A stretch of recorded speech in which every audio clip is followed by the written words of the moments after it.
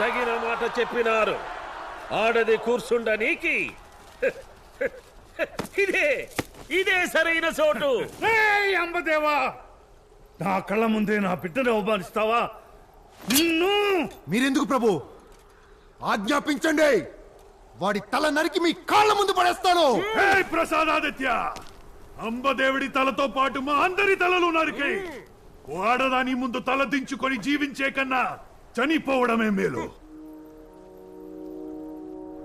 అసలు ఆడది ఉండవలసిన స్థానంలో ఉండకపోతే ఎన్ని మహాయుద్ధాలు జరిగినాయో మనకు తెలియదా? రామరావణ యుద్ధం జరిగినా, కురుక్షేత్ర మహాసంగ్రామం జరిగినా కారణం ఎవరు? ఆడది కాదా? నిన్న నాయకురాలు నాగమ్మ పలనాడునే వల్లకాడుగా మార్చింది. మళ్ళీ ఎలాంటి నాశనం ఈ రాజ్యంలో సృష్టించవద్దు.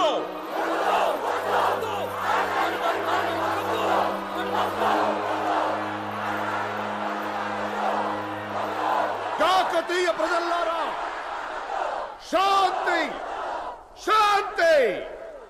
శివశక్త్యా యుక్త్యో యది భవతి శక్త ప్రభవితం.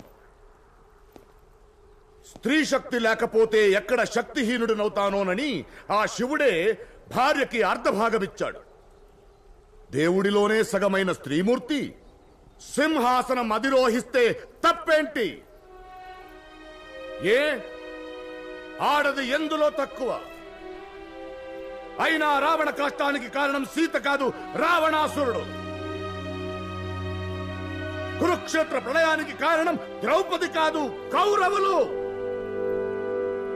ఆడదాన్ని అవమానించిన ప్రతి ఒక్కరు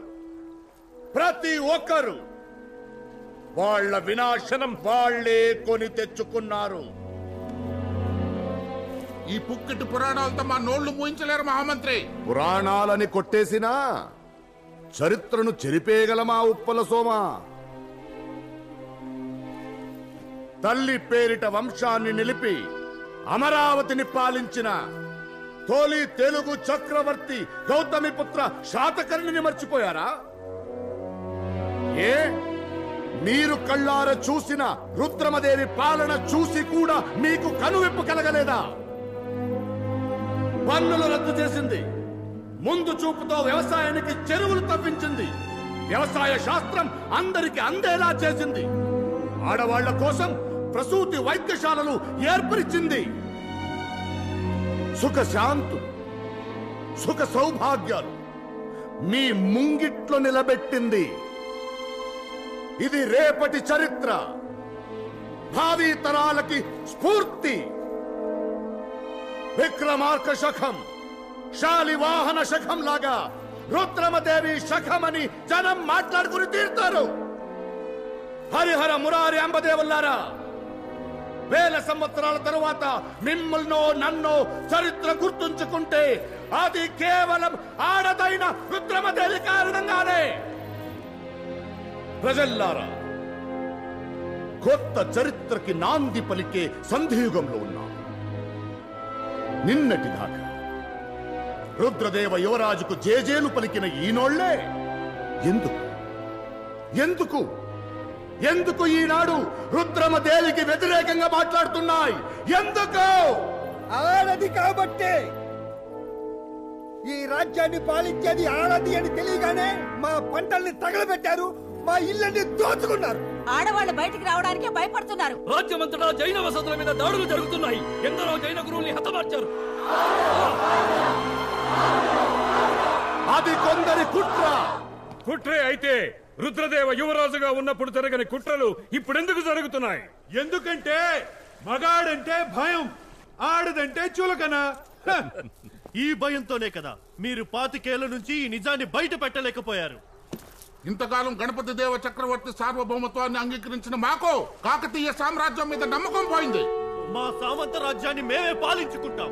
మా కమ్మనాడిక నుంచి స్వతంత్ర రాజ్యం. మా మునికి నాడిక కాకతీయ సామ్రాజ్యానికి కప్పం కట్టదు. మా పాకనాడు కూడా ఇక స్వతంత్ర రాజ్యమే. ఒక ఆడదానికి జేజేలు పలుకుతూ బతికితే మా రేనాడు పరువై కావాలి.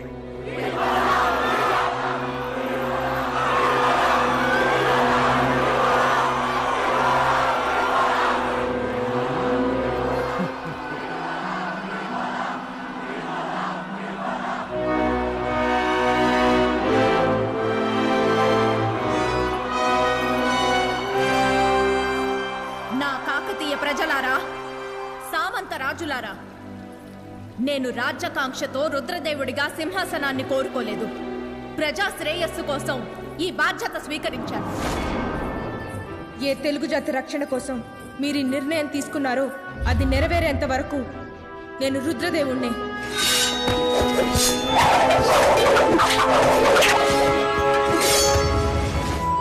రుద్రదేవ యువరాజుగా నేను చేసిన పనుల కన్నా రుద్రమదేవిగా నా ఆడపుట్టుకునే మీరు లెక్కిస్తున్నారు. ఇంటిని చక్కదిద్దుకునే ఆడది రాజ్యాన్ని సరిదిద్దలేదా అని మిమ్మల్ని అడగను. అది మీ విఘ్నతకే వదిలేస్తున్నాను. మీ అసలు సమస్య నేను ఆడదాన్ని కావడమే అయితే, నేను లేకపోతే మీకు ఏ సమస్య లేదనుకుంటే నాకీ సింహాసనం వద్దు. ఇన్నాళ్ళు నేను రుద్రదేవ యువరాజుగా ఉండడం మీ దృష్టిలో తప్పైతే అందుకు ఏ శిక్షకైనా నేను సిద్ధం.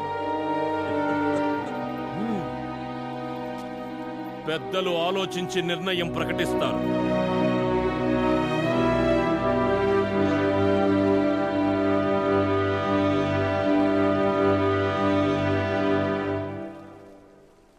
ఏ ధర్మశాస్త్రం తిరగేసినా రుద్రమదేవి చేసిన తప్పుకి తగిన దండన మరణ శిక్ష. కానీ ఆడది కాబట్టి నగర బహిష్కరణ విధించటమైనది. రాజభోగాలు వదిలి సాధారణ స్త్రీల జీవితం గడపాలి. ఆయుధం చేపట్టకూడదు.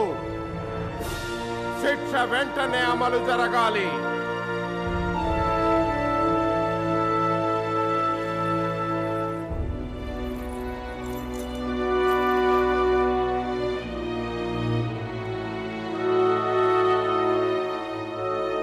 పాతికేళ్ల క్రితం ఏ ప్రమాదాన్ని ఊహించి ఇదంతా చేశామో ఆ ప్రమాదం ఇప్పుడు ప్రళయంలా ముంచుకొస్తుంది ప్రభు.